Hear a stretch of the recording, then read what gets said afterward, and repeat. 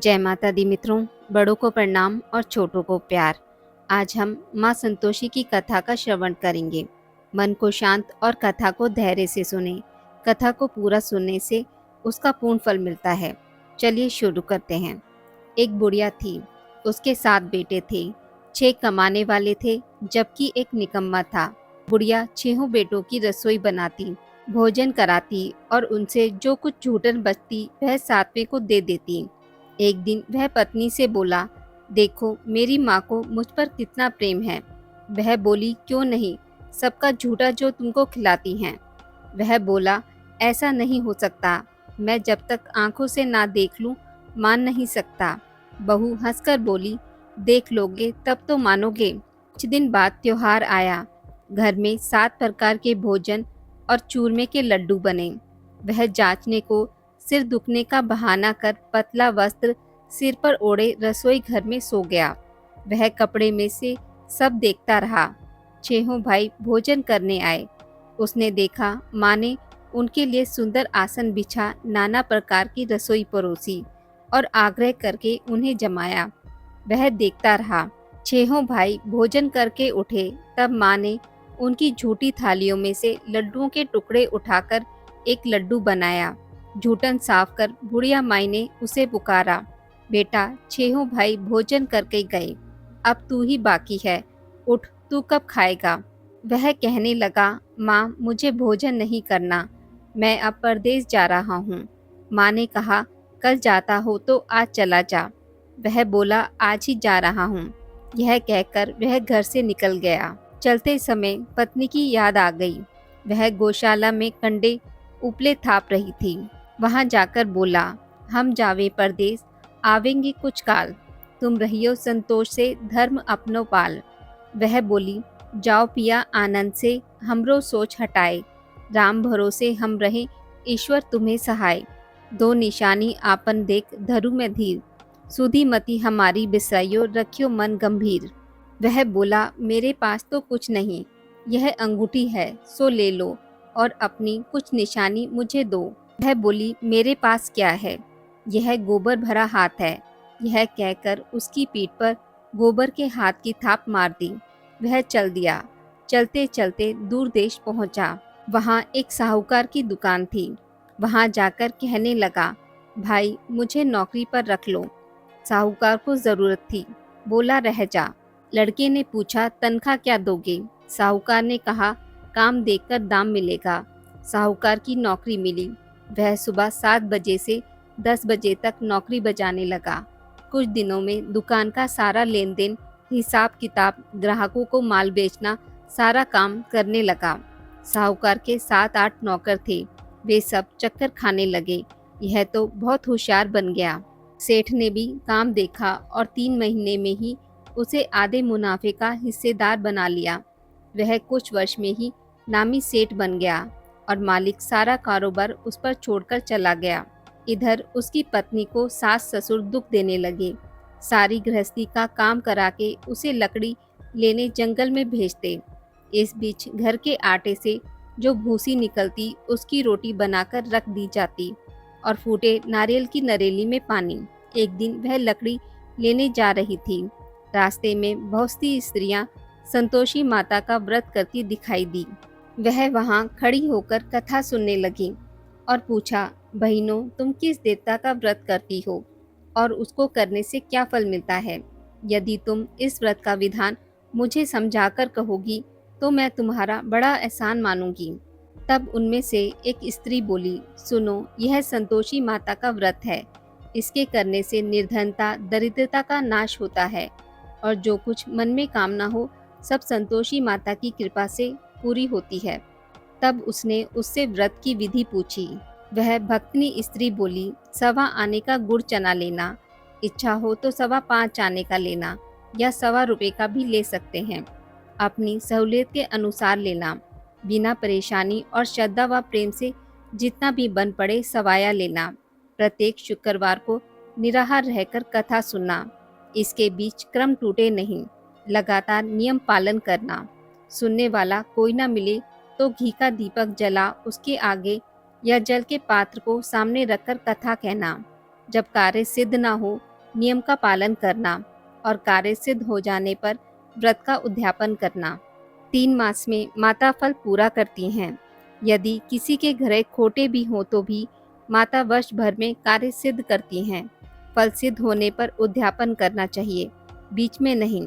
उद्यापन में 2.5 सेर आटे का खाजा तथा इसी परिणाम से खीर तथा चने का साग करना, 8 लड़कों को भोजन कराना, जहाँ तक मिले देवर जेठ भाई बंधु के होने न मिले तो रिश्तेदार और पड़ोसियों को बुलाना, उन्हें भोजन करा यथाशक्ति दक्षिणा दें। माता का नियम पूरा करना, उस दिन घर में खटाई न खाना। यह सुन बुढ़िया के लड़के की बहू चल दी।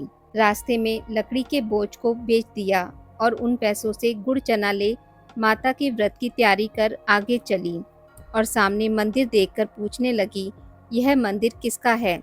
सब कहने लगे, संतोषी माता का मंदिर है। यह सुनकर माता के मंदिर में जाकर चरणों में लौटने लगी। दीन हो विनती करने लगी, माँ मैं निपट अज्ञानी हूँ, व्रत के कुछ भी नियम नहीं जानती, मैं दुखी हूँ। हे माता जगत जननी, मेरा दुख दूर कर, मैं तेरी शरण में हूँ। माता को दया आई।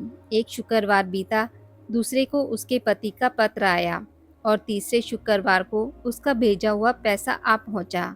यह देख जेठ जेठानी मुंह सिकोड़ने लगे, लड़के ताने देने लगे। काकी के पास पत्र आने लगे, रुपया आने लगा। अब तो काकी की खातिर बढ़ेगी।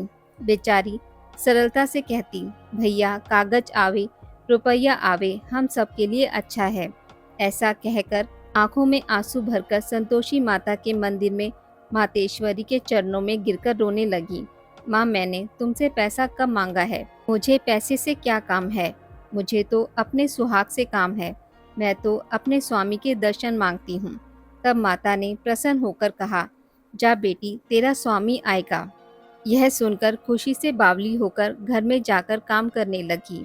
अब संतोषी माँ विचार करने लगी, इस भोली पुत्री को मैंने कह तो दिया कि तेरा पति आएगा, लेकिन कैसे? वह तो इसे स्वप्न में भी याद नहीं करता। उसे याद दिलाने को मुझे ही जाना पड़ेगा। इस तरह माताजी उस बुढ़िया के बेटे के पास जा स्वप्न में प्रकट हो कहने लगी, साहूकार के बेटे सो रहा है या जागता है? वह कहने लगा, माता सोता भी नहीं जागता भी नहीं, कहो क्या आज्ञा है? माँ कहने लगी, तेरे घर बार कुछ है कि नहीं? वह बोला, मेरे पास सब कुछ है, माँ बाप है, बहू है, क्या कमी है? माँ बोली, भोले पुत्र तेरी बहू घोर कष्ट उठा रही है, तेरे माँ बाप उसे परेशानी दे रहे हैं, वह तेरे लिए तरस रही है, तू उसकी सुध ले। वह बोला, हाँ माताजी यह तो मालूम है, परंतु जाऊं तो कैसे? परदेश की बात है, लेन देन का कोई हिसाब नहीं, कोई जाने का रास्ता नहीं आता, कैसे चला जाऊं? माँ कहने लगी, मेरी बात मान, सवेरे नहा धोकर संतोषी माता का नाम ले, घी का दीपक जला, दंडवत कर, दुकान पर जा बैठ। देखते देखते सारा लेन देन चुक जाएगा, जमा का माल बिक जाएगा, सांझ होते होते धन का भारी ढेर लग जाएगा। अब बुढ़िया माई की बात मानकर वह नहा धोकर संतोषी माता को दंडवत घी का दीपक जला दुकान पर जा बैठा। थोड़ी देर में देने वाले रुपया लाने लगे, लेने वाले हिसाब लेने लगे। कोठे में भरे सामान के खरीदार नकद दाम दे सौदा करने लगे। शाम तक धन का भारी ढेर लग गया। मन में माता का नाम ले चमत्कार देख प्रसन्न हो घर ले जाने के वास्ते गहना कपड़ा सामान खरीदने लगा। यहाँ काम से निपट तुरंत घर को रवाना हुआ। उधर उसकी पत्नी जंगल में लकड़ी लेने जाती, लौटते वक्त माता जी के मंदिर में विश्राम करती। वह तो उसके प्रतिदिन रुकने का जो स्थान ठहरा। धूल उड़ती देख वह माता से पूछती है, हे माता यह धूल कैसे उड़ रही है? माता कहती है, हे पुत्री तेरा पति आ रहा है, अब तू ऐसा कर लकड़ियों के 3 बोझ बना ले, एक नदी के किनारे रख और दूसरा मेरे मंदिर पर व तीसरा अपने सिर पर। तेरे पति को लकड़ियों का गट्ठर देख मोह पैदा होगा, वह यहाँ रुकेगा, नाश्ता पानी खाकर माँ से मिलने जाएगा। तब तू लकड़ियों का बोझ उठाकर जाना और चौक में गट्ठर डालकर जोर से आवाज लगाना, लो सासू जी लकड़ियों का गट्ठर लो, भूसी की रोटी दो, नारियल के खेपड़े में पानी दो, आज मेहमान कौन आया है? माता जी से बहुत अच्छा कहकर वह प्रसन्न मन से लकड़ियों के 3 गट्ठर बनाई, नदी के किनारे पर और एक माताजी के मंदिर पर रखा। इतने में मुसाफिर आ पहुंचा। सूखी लकड़ी देख उसकी इच्छा उत्पन्न हुई कि यहीं पर विश्राम करके भोजन खा पीकर गांव जाऊंगा। इसी तरह रुककर भोजन बना, विश्राम करके गांव को गया। सबसे प्रेम से मिला। उसी समय सिर पर लकड़ी का गट्ठर लिए वह उतावली सी आती है। लकड़ियों का भारी बोझ आंगन में डालकर जोर से 3 बार आवाज देती है, लो सासू जी, लकड़ियों का गट्ठर लो, भूसी की रोटी दो, आज मेहमान कौन आया है। यह सुनकर उसकी सास बाहर आकर दिए हुए कष्टों को भूलने हेतु कहती है, बहू ऐसा क्यों कहती है, तेरा मालिक ही तो आया है, आ बैठ, मीठा भात खा, भोजन कर, कपड़े गहने पहन। उसकी आवाज सुन उसका पति बाहर आता है। अंगूठी देख व्याकुल हो जाता है। माँ से पूछता है, माँ यह कौन है। माँ बोली, बेटा यह तेरी बहू है, जब से तू गया है तब से सारे गांव में भटकती फिरती है, घर का काम काज कुछ करती नहीं, 4 पहर आकर खा जाती है। वह बोला, ठीक है माँ, मैंने इसे भी देखा और तुम्हें भी, अब दूसरे घर की ताली दो, उसमें रहूंगा। माँ बोली, ठीक है, जैसी तेरी मर्जी। तब वह दूसरे मकान की तीसरी मंजिल का कमरा खोल सारा सामान जमाया। एक दिन में राजा के महल जैसा ठाट बाट बन गया। अब क्या था, बहू सुख भोगने लगी। इतने में शुक्रवार आया। उसने पति से कहा, मुझे संतोषी माता के व्रत का उद्यापन करना है। पति बोला, खुशी से कर लो। वह उद्यापन की तैयारी करने लगी। जिठानी के लड़कों को भोजन के लिए कहने गई। उन्होंने मंजूर किया, परंतु पीछे से जेठानी ने अपने बच्चों को सिखाया, देखो भोजन के समय खटाई मांगना, जिससे उसका उद्यापन पूरा ना हो। लड़के जीमने आए, खीर खाना पेट भरकर खाया, परंतु बाद में खाते ही कहने लगे, हमें खटाई दो, खीर हमको नहीं भाती, देकर अरुचि होती है। वह कहने लगी, खटाई किसी को नहीं दी जाएगी, यह तो संतोषी माता का प्रसाद है। लड़के उठ खड़े हुए, बोले, पैसा लाओ। भोली बहू कुछ नहीं जानती थी, उन्हें पैसे दे दिए। लड़के उसी समय हट करके इमली खटाई ले खाने लगे। यह देखकर बहू पर माताजी ने कोप किया। राजा के दूत उसके पति को पकड़कर ले गए। जेठ जेठानी मन माने वचन कहने लगे, लूट लूट कर धन इकट्ठा कर लाया है, अब सब मालूम पड़ जाएगा, जब जेल की मार खाएगा। बहू से यह सब सहन नहीं हुआ। रोती हुई माता जी के मंदिर में गई। कहने लगी, हे माता, तुमने क्या किया। हंसाकर अब अपने भक्तों को रुलाने लगी। माता बोली, बेटी तूने उद्यापन करके मेरा व्रत भंग किया है। वह कहने लगी, माता मैंने कुछ अपराध नहीं किया है, मैंने तो भूल से लड़कों को पैसे दिए थे, मुझे क्षमा करो, मैं फिर तुम्हारा उद्यापन करूंगी। माँ बोली, अब भूल मत करना।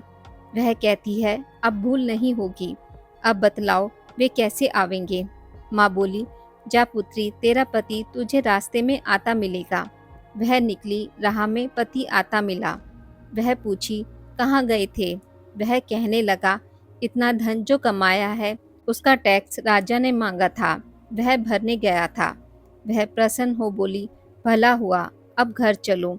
कुछ दिन बाद फिर शुक्रवार आया। वह बोली, मुझे फिर माता का उद्यापन करना है। पति ने कहा, करो। बहू फिर जेठ के लड़कों को भोजन को कहने गई। जेठानी ने 1-2 बातें सुनाई और सब लड़कों को सिखाने लगी, तुम सब लोग पहले ही खटाई मांगना। लड़के भोजन से पहले कहने लगे, हमें खीर नहीं खानी, हमारा जी बिगड़ता है, कुछ खटाई खाने को दो। वह बोली, खटाई किसी को नहीं मिलेगी, आना हो तो आओ। वह ब्राह्मण के लड़के को लाकर भोजन कराने लगी। यथाशक्ति दक्षिणा की जगह एक एक फल उन्हें दिया। संतोषी माता प्रसन्न हुई।